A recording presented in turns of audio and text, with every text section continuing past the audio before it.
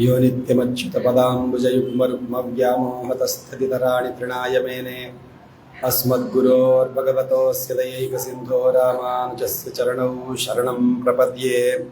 वन्दे वेदान्तकर्पूरचामीकरकरण्डकं रामानुजार्यमार्याणां चूडामणिमहर्निशं सच्चिदानन्दरूपाय विश्वोत्पत्त्यादिहेतवे तापत्रयविनाशाय श्रीकृष्णाय वयं नुमः।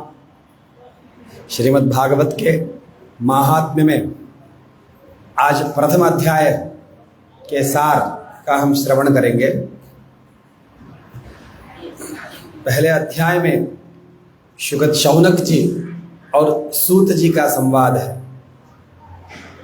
शौनक जी अत्यंत प्रासंगिक प्रश्न करते हैं कि इस कलिकाल में वैष्णव जन माया को कैसे जीते, मोह को कैसे जीते।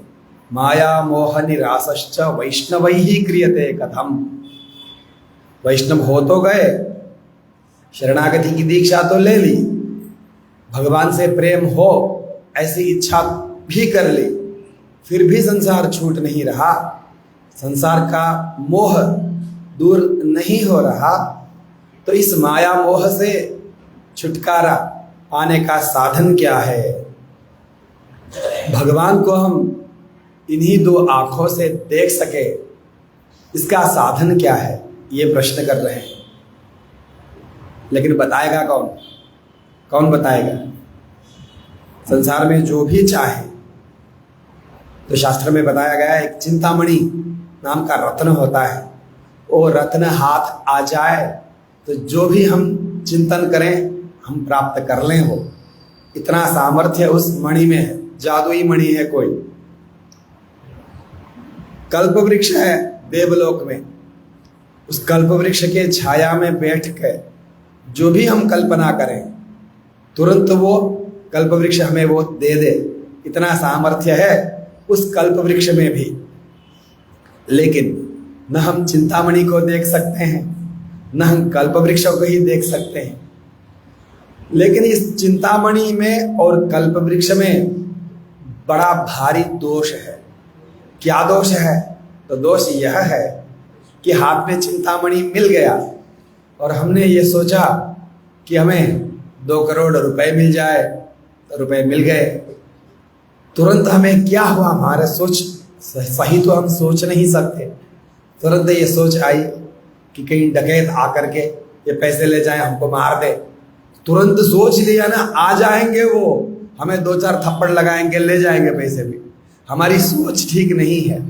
तो हमें तो ऐसा मणि चाहिए, ऐसा कल्प वृक्ष चाहिए कि हम जिस वस्तु की इच्छा करें वो हमें न दे, हमें सही वस्तु की इच्छा करना सिखा दे। ऐसा चिंतामणि चाहिए हमें, ऐसा कोई कल्प वृक्ष चाहिए तो हमारे इच्छा पर ही वो नियंत्रण कर ले, हम सही वस्तु की इच्छा कर सके, ऐसा ज्ञान हमें दे दे। ऐसा कोई है क्या चिंतामणि? ऐसा कोई कल्प वृक्ष है क्या? तो बोल रहे हैं है। ऐसा एक चिंतामणि है, ऐसा एक कल्प वृक्ष है जो हमारी इच्छा को भगवान की ओर लगा दे, और उसका नाम है गुरु। चिंतामणिर्लोक सुखम सुरद्रुः स्वर्ग संपदम प्रयच्छति गुरुः प्रीतः वैकुंठम योगी दुर्लभम। योगियों के भी दुर्लभ श्री भगवान को प्रदान कर देते हैं गुरु। इस प्रकार गुरु की महिमा के साथ श्री भागवत का महात्म्य प्रारंभ होता है। सूत जी बता रहे हैं शौनक आदि ऋषियों को, आप अत्यंत उत्तम अधिकारी हैं, इसलिए मैं आपको बता रहा हूं, जिसके श्रवण मात्र से हृदय में भक्ति के फसल लहलहाने लगते हैं, भक्ति का फल पकने लगता है अपने हृदय में, भगवान अत्यंत संतुष्ट हो जाते हैं। काल व्याल मुखग्रास त्रास निर्नाश है तवे। काल नामक अजगर के मुंह में हम फंसे हुए हैं, कलिकाल के मुंह में। इसके भय से मुक्त होना हो, इसीलिए इस कलयुग के लिए शुकदेव जी ने श्री भागवत का उपदेश किया है। जन्म जन्मों में पुण्य हो तो ही भागवत की प्राप्ति होती है। बोलते बोलते एक कथा सुना दिया। परीक्षित का मोक्ष जब देखा ब्रह्मा जी ने, कथा सुनकर ही मोक्ष हो गया। ये बड़ी विचित्र बात है। कोई अनुष्ठान नहीं किया, किसी जंगल में नहीं गया, कोई मंत्र जप नहीं किया, कभी ध्यान नहीं किया, 7 दिन तक एक ही काम किया परीक्षित ने, कथा सुना। केवल सुना, सुनने मात्र से उसको मोक्ष की प्राप्ति हो गई। ये बड़ी विचित्र बात है, ऐसा ब्रह्मा जी सोच रहे हैं। और ब्रह्मा जी ने क्या किया, श्रवण का कितना भार है, कितना वेट है इसमें, ये नापने के लिए उन्होंने तराजू ले आए। तराजू को खड़ा करके बाकी तपस्या, बाकी समस्त साधन तराजू के एक पलड़े में रखा, दूसरे पलड़े में श्री भागवत के पुण्य को रखा। तो उन्होंने ये देखा कि भागवत का पुण्य जो पलड़ा भारी हो रहा है, बाकी सारे साधन भागवत के सामने लघुभूत है। और ये श्री भागवत ऐसी है, ऐसा है कि देवताओं को भी प्राप्त नहीं होता है, हम लोगों को प्राप्त हो गया। बताइए, हम देवताओं से भी उत्कृष्ट हैं। मतलब कि देवता जब परीक्षित को भागवत की कथा सुनाने लगे शुकदेव जी, तो देवता हाथ में अमृत कुंभ लेके, अमृत घट लेके आ गए, अमृत कलश लेके द्वार पे खड़े रहे।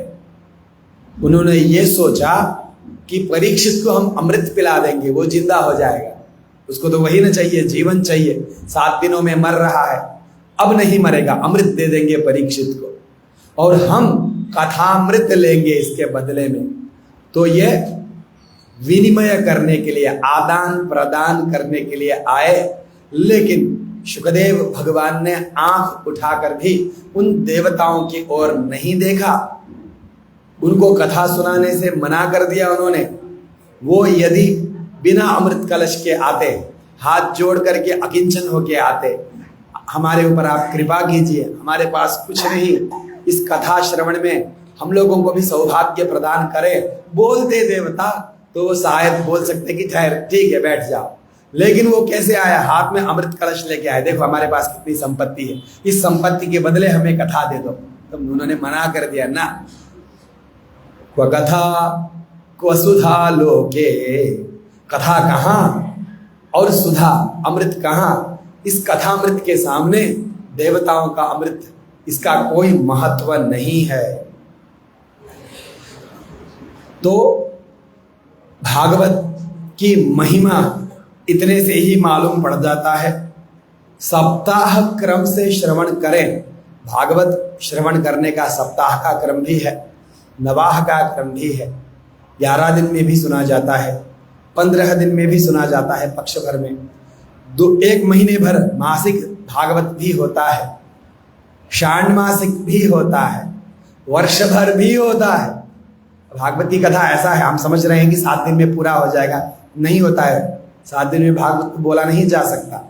एक एक श्लोक के अर्थ करने लग जाए तो एक ही श्लोक में दिन निकल जाता है। तो इस प्रकार भागवत श्रवण के अनेक विधानों में सर्वश्रेष्ठ विधान सप्ताह विधान है, ये बोल रहे हैं। यद्यपि नारद जी को पहले से ही श्री भागवत का परिचय है, ब्रह्मा जी के मुख से ही उन्होंने भागवत को सुन रखा है, लेकिन सनकादियों ने नारद जी को सप्ताह क्रम से भागवत को सुनाया है। सप्ताह से भागवत को कैसे सुनना है वो क्रम सनकादियों द्वारा उपदिष्ट किया गया है। तो तुरंत शौनक जी पूछते हैं, लोक विग्रह मुक्तस्य नारदस्य स्थिरस्य च विधिश्रवे कुतः प्रीतिः संयोगः कुत्र तैः सह। ये बड़ी विचित्र बात है। नारद जी को विधि पूर्वक श्रवण करने की रुचि उत्पन्न हुई क्यों? क्योंकि महाभागवतों की यह आदत हो जाती है कि वो किसी भी विधि विधान में बंधना नहीं चाहते, स्वतंत्र होना चाहते हैं।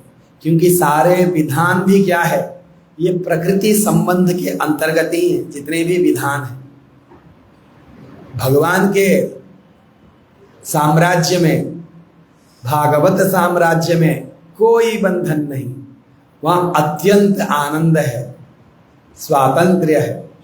लेकिन ये जो नारद जी हैं, इनके हृदय में विधि पूर्वक श्रवण करो ये इच्छा कैसे हुई? उसमें तो पूरा 7 दिन तक नियम लेना पड़ता है। तो उसके लिए अब उत्तर दे रहे हैं। मैं आपको एक प्राचीन गाथा सुनाता हूं, ढंग से सुनिए। एकदा हि विशालायां चत्वारः ऋषयो मलाः सत्संगार्थं समायाताः ददृशुस्तत्र नारदम। किसी समय विशाला नगरी में, विशाला नगरी माने बदरिकाश्रम, देवताओं की नगरी है वो, इसलिए भगवान को विशाला में रहते हैं तो भगवान को ही क्या बोलते हैं? बदरी विशाल, वो विशाला है। तो विशाला में पहुंच गए सनकादि। किस लिए पहुंचे? सत्संग करने के लिए। तो वहां कौन सत्संग करा रहा है जी? कौन है वहां उस हिमाचल में जो सत्संग कराएगा सनकादियों को? कौन है? स्वयं नारायण है। वहां नारायण ही तत्व का उपदेश करते हैं, अष्टाक्षर मंत्रार्थ का विवरण करते हैं नर को। इस सत्संग को प्राप्त करने के लिए सनकादि पहुंचे हैं। तो वहां उन लोगों ने नारद जी को देख लिया। नारद जी बड़े आतुर है, उनके चेहरे का रंग उड़ा हुआ है, मुख सूख गया है। तो वो पूछ रहे हैं, ये कैसी आपकी स्थिति हो गई नारद जी? कथम ब्रह्मन् दीन मुखः कुतश्चिन्तातुरो भवान् त्वरितं गम्यते कुत्र कुतश्चागमनं तव। आप दीन क्यों हो रहे हैं? ये उचित नहीं है। भगवान कृष्ण के दास दुखी हुए। आपका कोई परिवार है क्या? नहीं। आपकी कोई संतान है क्या? वो भी नहीं। आपकी कोई संपत्ति है क्या? वो भी नहीं। फिर आपको दुखी होने की क्या आवश्यकता है? जिनके पत्नी है, घर है, व्यापार है, जॉब है, संपत्ति है, उसकी हानि होती है तो लोग दुखी होते हैं। आपका धन तो राम नाम है, भगवत संबंध है, तो वो तो कभी भी च्युत नहीं होता है। अच्युत धन है वो, अच्युत पदाम्बुज युग्म रुक्म। वो ऐसा धन है कि कभी च्युत होता ही नहीं। ऐसे धन प्राप्त किए हैं तो फिर आप क्यों दुखी हो रहे हैं? ये उचित नहीं है आपके लिए। तवेदम मुक्त संगस्य नोचितम। आप इसलिए वैष्णवों को दुखी नहीं होना चाहिए, ये बता रहे हैं। वैष्णव दुखी होए तो उनको स्वरूप के अनुरूप नहीं है। वो वैष्णव अत्यंत हर्ष से पागल हो जाए, वो भी स्वरूप के अनुरूप नहीं है। श्री रामानंद स्वामी जी भाष्य में जब साधन सप्तक 7 साधनों का उन्होंने उपदेश किया है, तो उसमें अंतिम 2 हैं, अनवसाद और अनुद्धर्ष। किसी भी बात को लेके वैष्णव को दुखी भी नहीं होना चाहिए, किसी भी बात को लेके वैष्णवों को अत्यंत हर्षित भी नहीं होना चाहिए। ये है, अवसाद भी ना हो, उद्धर्ष भी ना हो। तो आप क्यों इतने दुखी हो रहे हैं? अब नारद जी बोले, अब देखिए, मैं ब्रह्मलोक से सीधे पृथ्वी को गया। क्यों गया पृथ्वी? सर्वोत्तमाम इति, सर्वोत्तम है पृथ्वी। क्यों सर्वोत्तम है? संसार के चपेटे को, संसार के अनेक मार को झेलते हुए भी यहाँ के लोग भगवान की शरणागति करते हैं, भगवान के प्रेम रस में डूबते हैं, भगवत चर्चा करते हैं। देवलोक में कोई भगवान को याद कर रहा है, ब्रह्मलोक में कोई भगवान की कीर्तन को गा रहा है, तो आश्चर्य नहीं है। वह सत्व प्रधान लोक है सब। वहां देवता भगवान को याद न करके उर्वशी के नृत्य को देखते हैं, रंभा के नृत्य को देखते हैं। लेकिन पृथ्वी में जो त्रिगुण से पूर्ण है, यहां फंसकर भी लोग सत्संग करते हैं। तो मुझे पृथ्वी ही अच्छी लगती है, सर्वोत्तम पृथ्वी ही है। ऐसा सोचकर मैं पृथ्वी में तीर्थों के दर्शन के लिए आया। पुष्कर गया, प्रयाग गया, काशी भी गया, गोदावरी गया, हरिक्षेत्रम, कुरुक्षेत्रम, श्रीरंगम, सेतु बंधनम में कहा नहीं गया। इस प्रकार दिव्य क्षेत्रों में भ्रमण करता हुआ यहां से वहां भटकता रहा, लेकिन मुझे कहीं भी किसी भी जन के हृदय में भक्ति के द्वारा होने वाला जो आनंद है, जो शांति है, वो नहीं दिखा। शांति किसी के मन में नहीं है। कितने भी बड़े विद्वान हो, कोई आनंद से नहीं बैठ रहा है। सबका मन अशांत है, सबको कुछ न कुछ चाहिए, सब बेचारे बेचैन है। ये देखा मैंने। हम तो शांत हैं, हम समझ सकते हैं, हम तो सुखी हैं, हमें लग सकता है, लेकिन हमारे सुख को नहीं कह रहे हैं नारद जी, वो दूसरे ही सुख को बोल रहे हैं, भगवत प्रेम सुख को बोल रहे हैं। वो नहीं है किसी के भी मन में। कली जो अधर्म का मित्र है, उसके द्वारा पूरी की पूरी पृथ्वी पीड़ित हो चुकी है।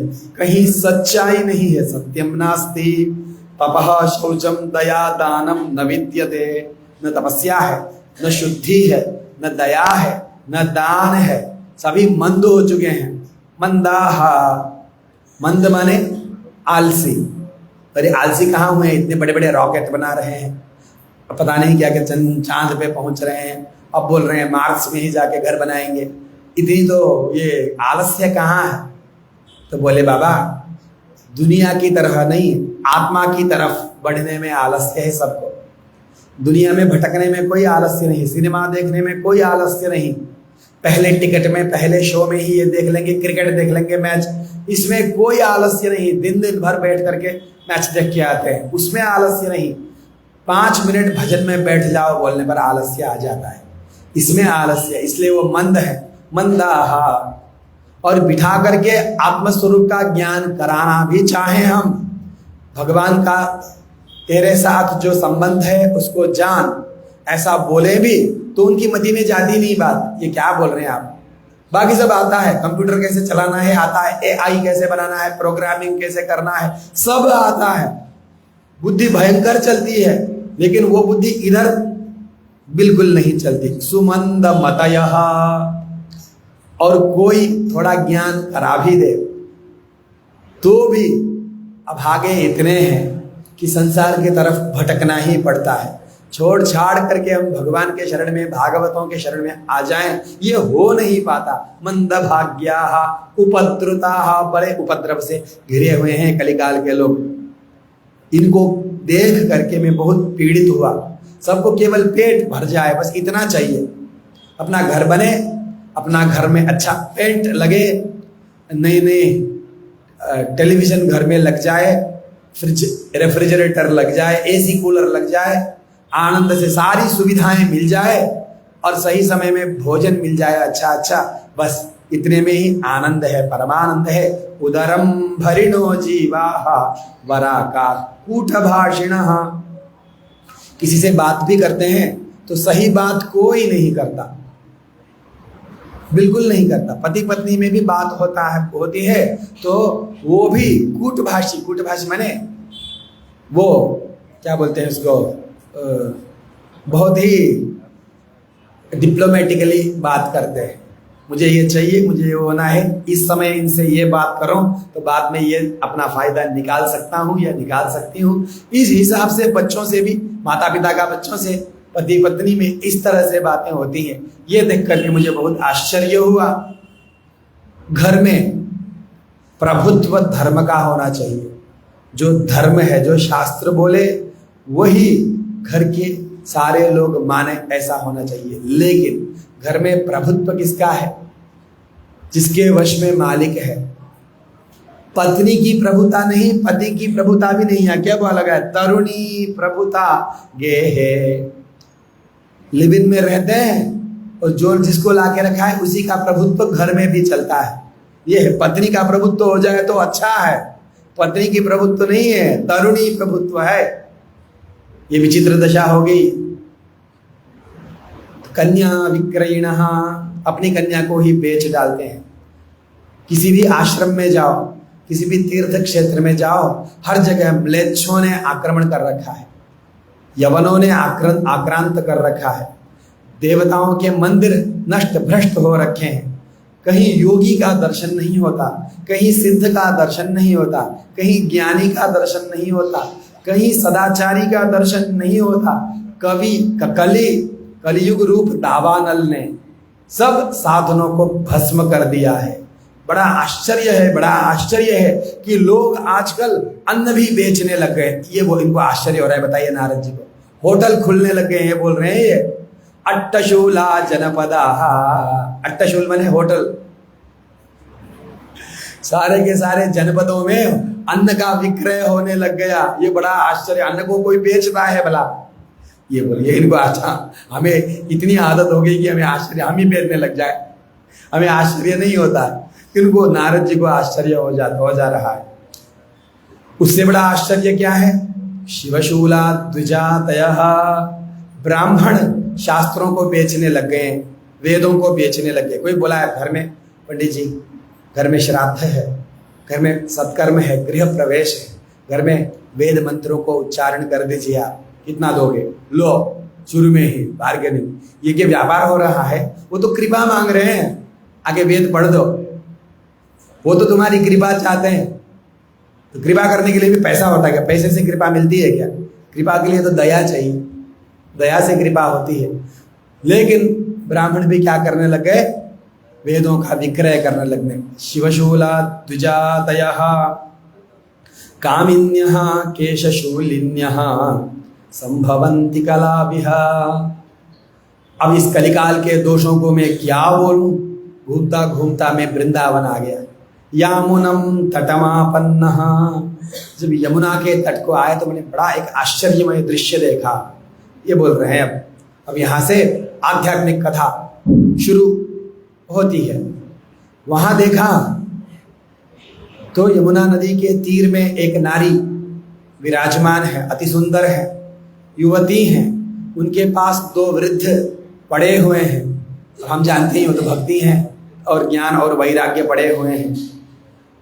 उनको बहुत सारे अन्य नारियां उनकी सेवा कर रहे हैं, उनको पंखा दे रही हैं, उनको ढाढ़स बधा रही हैं। तो नारद जी को देखते ही उसके मन में कुछ शांति होती है। मने हमारे हृदय में जो भक्ति है, भक्ति बड़ी पीड़ित है। जो भगवान की भक्ति करता है आजकल के ज़माने में, तो उसे कुछ पीड़ा तो सहना पड़ता है संसार से। घर के लोग ही बोलेंगे ये भक्ति वक्ति ज़्यादा मत कर, देख लिया तेरी भक्ति को हम लोगों ने, संसार भी कुछ संभाल। तुरंत बोल देते हैं और भक्ति कर, कोई नहीं बोलता। संसार की दशा यह है, ज्ञान बेचारे का बढ़ नहीं पा रहा, वैराग्य हो नहीं पा रहा। छोटी सी भक्ति पनपी है तो उसको भी मिटाने में लोग लगे हुए हैं। वो भक्ति प्रसन्न कब होती है? जब किसी महापुरुष का दर्शन होता है। नारद को देखते ही भक्ति बोल पड़ी, भो भो साधो क्षणम तिष्ठ मच्चिंतामपि नाशय। हे साधु, कुछ देर के लिए रुक जाइए, मेरी चिंता को आप खत्म कीजिए। नारद जी बोल रहे हैं तुम कौन हो? ये दोनों कौन है? ये तुम्हारी सेविकाएं हैं, वो कौन है? अब बोल रही है मैं भक्ति हूँ।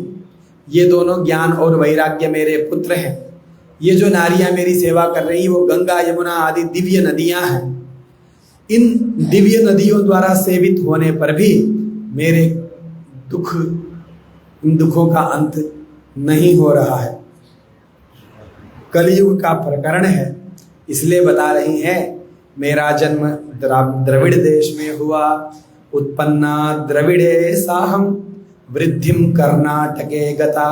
कर्नाटक देश में मैं बढ़ी, मेलकोटे में, वहाँ पर मैं वृद्ध हुई, बड़ी।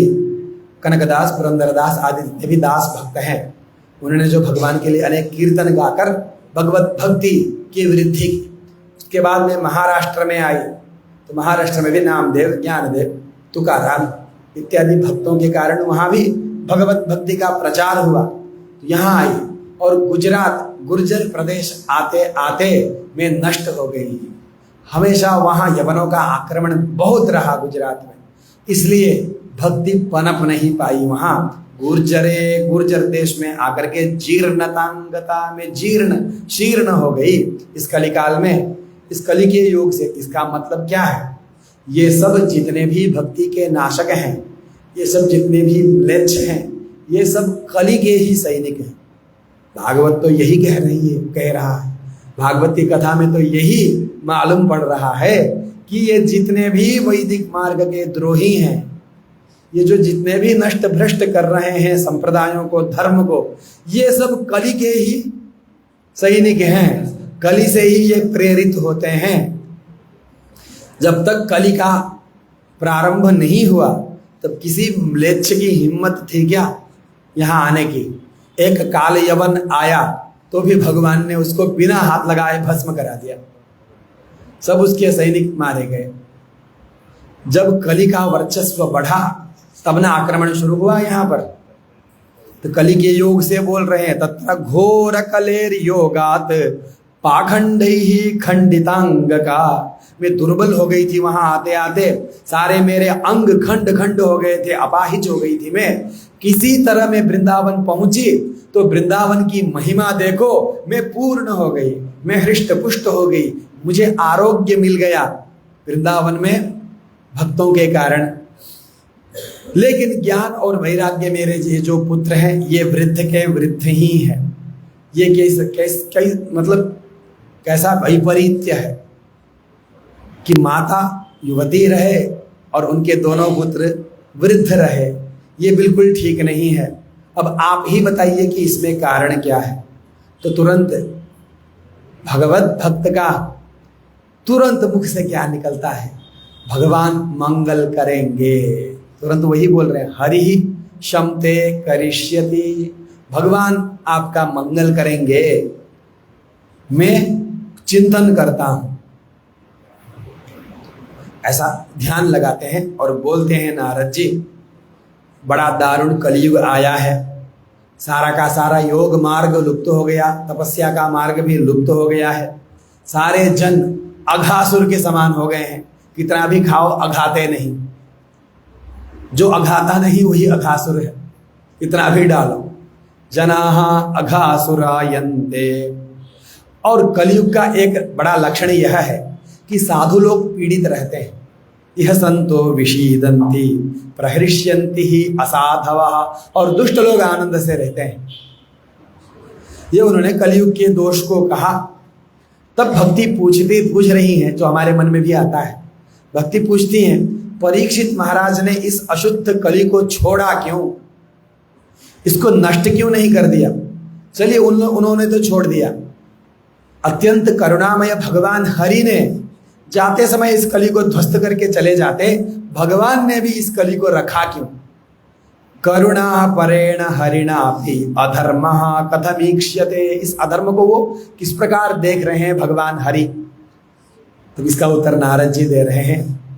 अब तुमने पूछ ही लिया तो श्रद्धा पूर्वक प्रेम पूर्वक श्रवण करो भक्ति। मैं सब कुछ कहता हूं, जिस दिन भगवान ने इस धराधाम को त्यागा उसी दिन से कलि ही आयातः सर्व साधन बाधकः। दिग्विजय के समय में महाराज परीक्षित ने इसको देखा, लेकिन इस कलि ने उनकी शरणागति की, तो उनको भी ये लगा यत्फलम नास्ति तपसा न योगे न समाधिना तत्फलम लभते सम्यक कलौ केशव कीर्तनात्। कलयुग में यह है कि कीर्तन करना है। कीर्तन कहाँ से होता है? कीर्तन मुख से होता है। बस मुख में भगवान नाम रखो, इतने मात्र से कल्याण हो जाता है। मन को वश में करने की भी आवश्यकता नहीं है। अब ये बताया जा रहा है, लेकिन ये सिद्धांत मान के गांठ नहीं बांध लेना।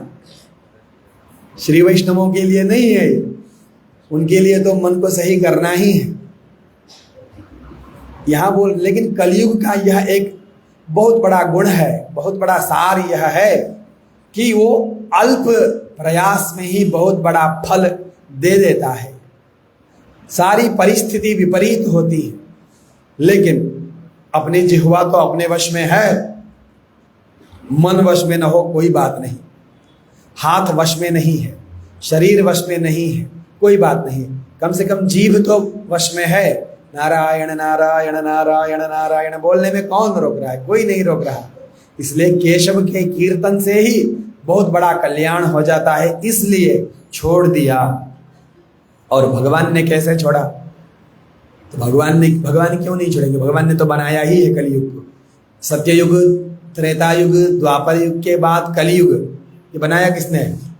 हम लोगों ने थोड़ा बनाया है, भगवान ने ही तो बनाया है। अब कोई बोले कि रात में अंधेरा क्यों है, रात में अंधेरा क्यों है? तो रात का स्वभाव ही है कि अंधेरा हो।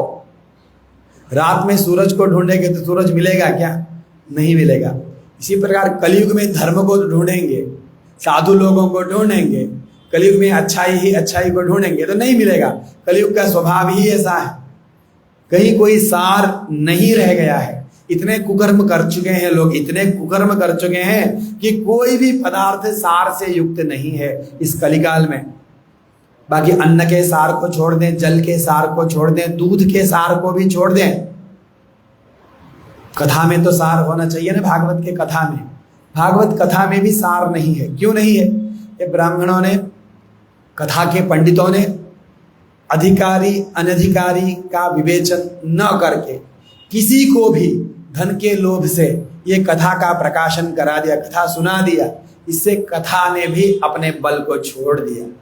कथा सारस्ततो गतः, तीर्थ क्षेत्रों में जाके पापी लोग रहने लग गए, इसलिए तीर्थ का भी सार चला गया।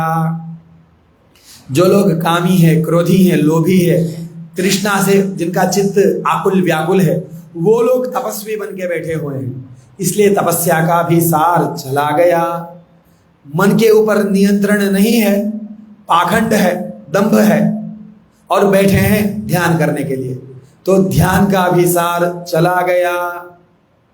कहीं पर भी वैष्णवता नहीं दिखती है। नहीं वैष्णवता पुत्र संप्रदाय पुरस्सरा, संप्रदाय में जुड़ करके वैष्णव धर्म को निभाऊं, आचार्य परंपरा के अनुसार वैष्णवता को निभाऊं, निर्वाह करूं, ऐसा कहीं भी नहीं दिखता है।